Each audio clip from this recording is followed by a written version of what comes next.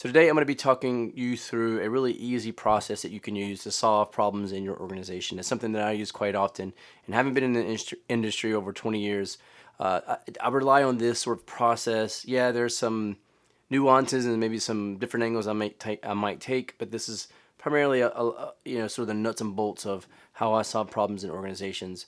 And it's going to seem really easy, I know, and then when you try to apply it, probably it won't be as easy, but if you can at least grasp what I'm going to share with you today and start using that to solve problems in your business, you might not get it perfect the first time, but if you tweak it over time and you keep using it and getting better at it, then you're going to make the process better, make this entire process better that I'm going to share with you on the screen here. Hi, my name is Chad, and my goal on this channel is to help you improve your career, advance your career faster, while also helping you improve the businesses you work. So if that interests you and you're interested in lean and Six Sigma concepts, problem solving, then I want to make sure you subscribe to this channel.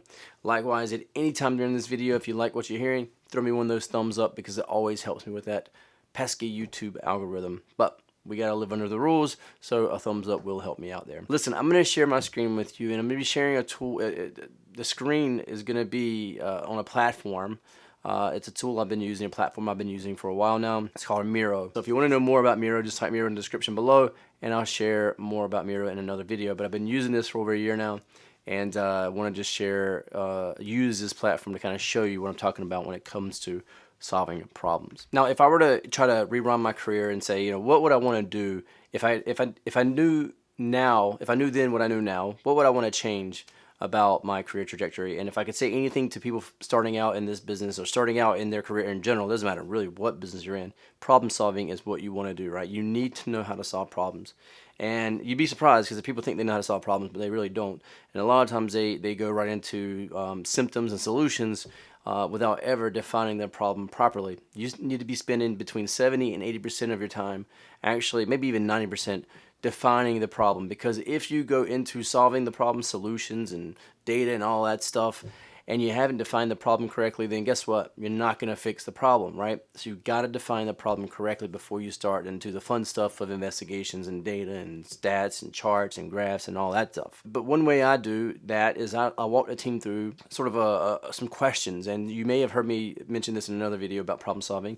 It's the who, what, when, where, how many, and I use that to actually formulate a problem statement. When you have a problem statement, you want to make sure that the problem statement is very specific in the time frame, very specific in the actual issue that's happening, like what's the gap between what it should be and what it actually is, but you don't want to go into solutions.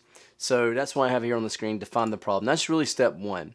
Now what I do, and I'm not going to go through that because I've gone through that in other videos, what I want to get to is how to utilize process maps in order to start digging into waste issues. So a lot of times what ends up happening is you'll run into problems where efficiencies are causing issues. Not always, but efficiencies. Right now, it is like the biggest thing, especially like in business type environments. It's definitely like this in lean manufacturing worlds as well.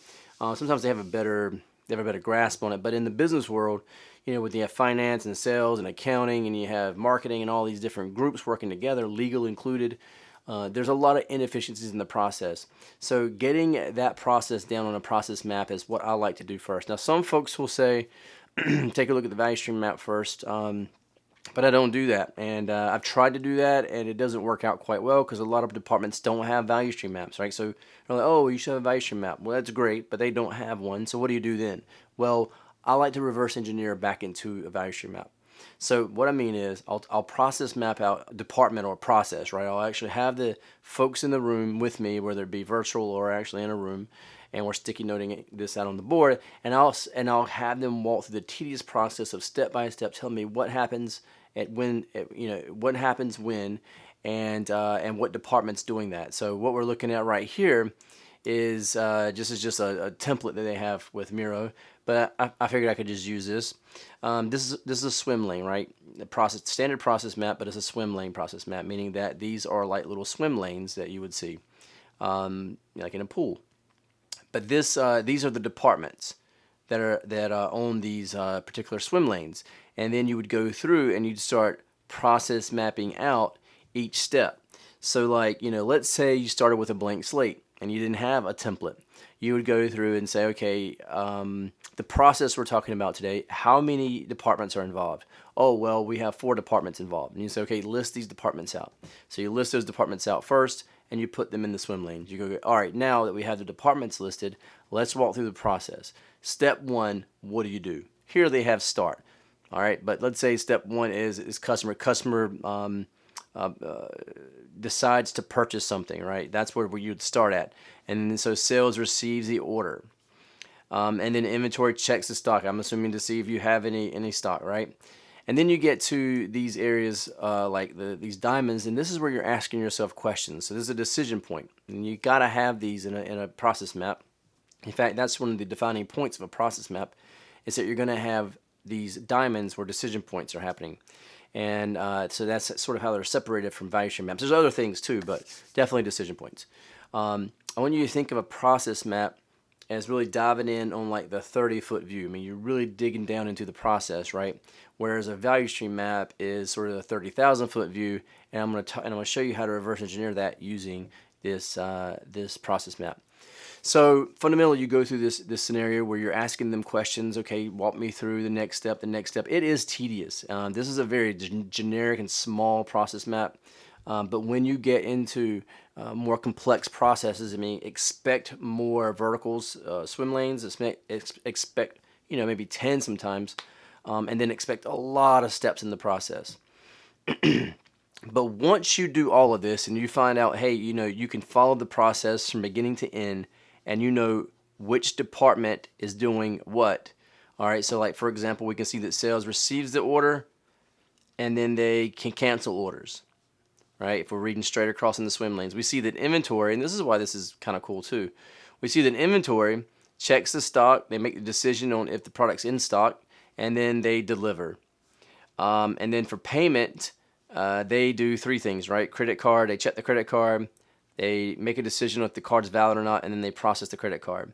So right away you can see that, that the customer obviously doesn't have a lot, right? Because it starts and ends with the customer. But if we were to look at sales, they have a couple of things they're doing.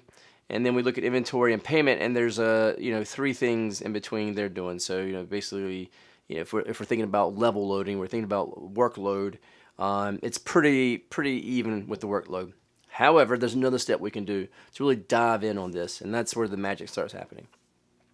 Let's say we come over and we bring a couple of sticky notes over. Okay, I like to use 2 colors. I like to use green, and I like to use red. And this is typically what I'll use. I can change the color here. Let's see.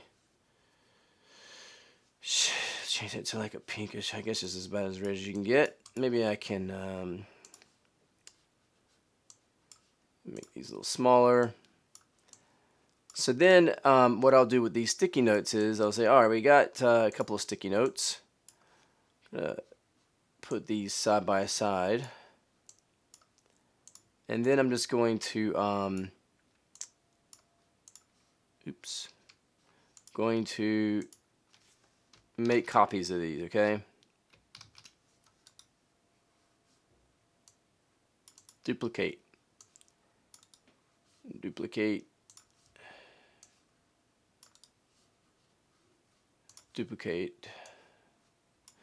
So then what I'll do is I'll talk to the team and I'll say, now let's walk through each step in the process, and we'll start with receiving sales order. I don't like the way that gapped up there, so we'll just bring that back.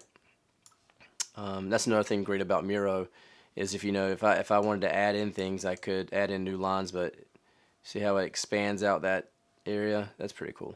But anyway, so then I go in and I say, all right, so we've got the red, we've got the green. I want to know 2 things. I want to know the time you spend or how long it takes to receive an order. All right, and so they may, and then I'll ask them the value add, non-value add time. And now by this point in the process, I've already trained them on what value add, non-value add is, right? So non-value add is anything that falls within the 8 waste. And I've talked about that in other videos. Just go look it up. So I'm going to run through it really quickly. Transportation, inventory, motion. You have people waste where you have intellect, where you're not using people where you should be using them. So transportation, inventory, motion, people, waiting, overproduction, overprocessing, and defects. So those are the typical wastes. And so anything that falls in those wastes is non-value add. Anything outside of that is value add. When you do this, you're going to find that most processes in any industry is only going to have about 5% value add. It's true. I've done the study. Sometimes 8 if you're being generous. It's insane. I know. When you analyze a process and there's only 5% value add, it blows your mind. All right, but it's true. And so let's look at these. So receive order. We have a green sticky note. We have a red sticky note. And then they say, well, you know, roughly we have to wait on receiving the order.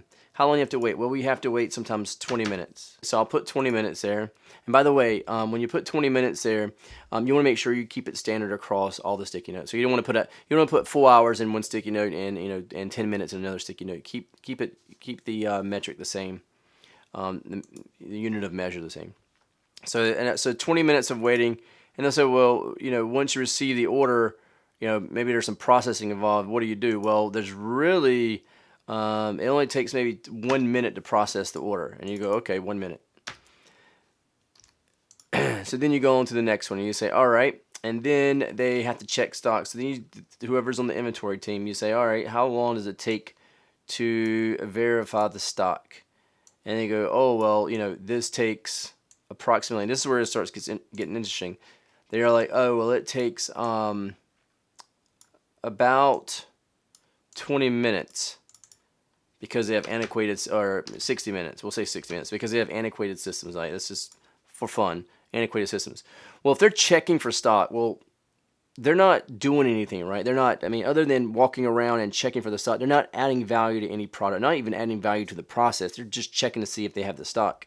So arguably, the 60 minutes is all waste, and there's zero value add in that process. And this happens a lot when you're doing this. You'll have processes that are non-value add. I mean, there is no value add in what they're doing.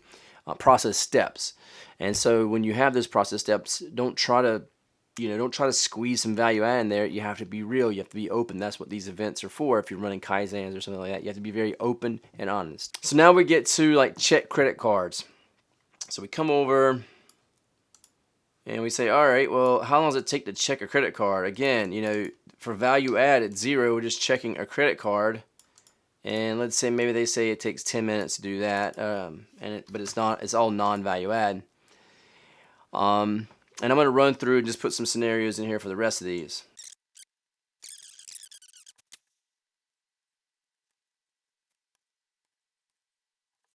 All right, so just to give you some context around what I've done is, so we kind of walked through receiving order and checking the stock. And then for check credit card, I said, you know, really there's no value add there, just like checking stock, nothing's happening. And then 10 minutes of waste because you're having to check something.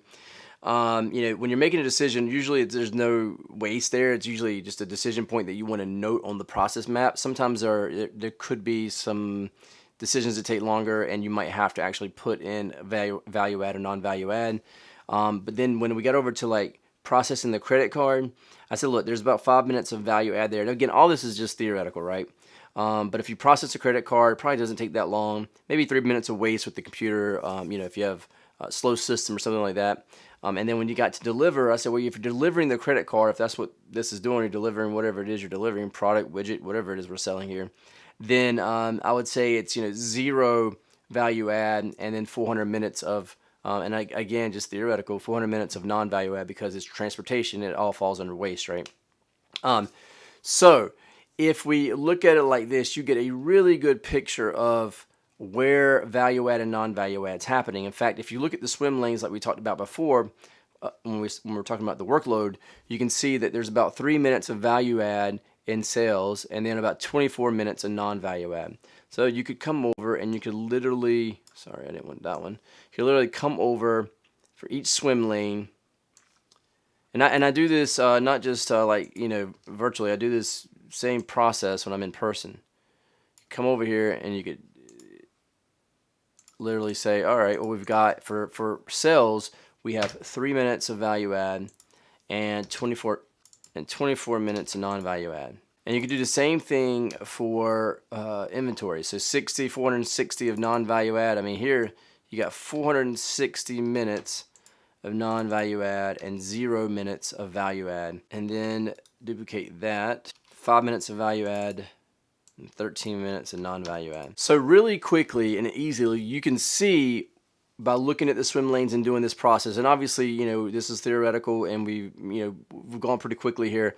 This will take much longer, but you can see really easily which swim lane has the most waste. You can see the inventory has 460 minutes of non-value add and 0 value add. So that's where you'd want to focus your efforts. But now I'm going to show you how you could back that down into a value stream map. Sorry about that. I hope I didn't change the camera angle too much. My battery was dying, so I had to switch that out. But anyway, I want to now show you how you can take this and reverse engineer it back down into a value stream map. We talked about that, right? So what I would do is I'd use these steps here. So we know customer. So just come over and grab like maybe a square here and just type in customer. This is how you can build value stream maps for your organization as well. So then we can just duplicate these. And then I have payment. And so now you have your buckets, right, for your value stream map. Then all you have to do is say, all right, well, we know that sales, because this is normally what you do, right, for value stream map. You look at your value add, non-value add. Remember your castellated time ladders that go underneath. Now, listen, I get it. Like, you wouldn't always use it exactly like this, although I need to move these down because customer we're really not looking at. So I'll just move these down like this. So basically what you have is you have this really neat looking value stream map that's tied back to your process map, right? Because you've gone through and you've done your due diligence with the team and you've said, now I know which process I need to work on. You could come in, maybe throw out, let's see, I like to maybe try to create some shapes here.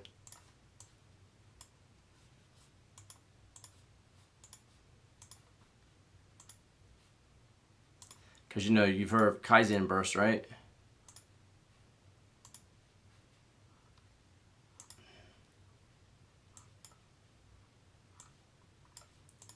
So you'd want to throw out some Kaizen bursts. Let me show you how easy it is. Just come over, make a little starburst like this, and maybe make one bigger than the other, right? So you've got your little Kaizen bursts. You can group these. And you would say, all right, inventory. We got a problem there. We need to do a Kaizen event. So you have your, now listen, I know there's like, you go in and put like manpower and all these different things you could put in there, how many resources you have for each one. But on a very high level, you can see that I've gone from a problem, right? I've gone from a problem that we didn't define here, but you normally would, to a process map with the team, to defining what the value add and non-value add steps are in the process, to finding out where the biggest non-value add steps are. So now that I can start focusing in on a Kaizen event for inventory. And the next step would be to go in and take that swim lane, that inventory for swim lane, and take this inventory process, and do another process map, another 30-foot view on just inventory, and process map it out and find out where that 460 minutes of waste is coming from, and then go into your solutions on how you can fix those inefficiencies. So that would be the next step, to process map out the inventory step, so you can see where those inefficiencies are and fix those. Anyway, and that's a whole nother process and a whole nother thing we can go over later. But anyway, at least wanted to give you this format that I've been using for my whole career. I've used this in some way, shape, or form. Yes, there are variations and there's things I have to do sometimes to bump off and go in different directions, but this is sort of how I bring it all together and show where inefficiencies are, specifically for lean. So if you like this video, give me a thumbs up and make sure you subscribe. See you all in the next video.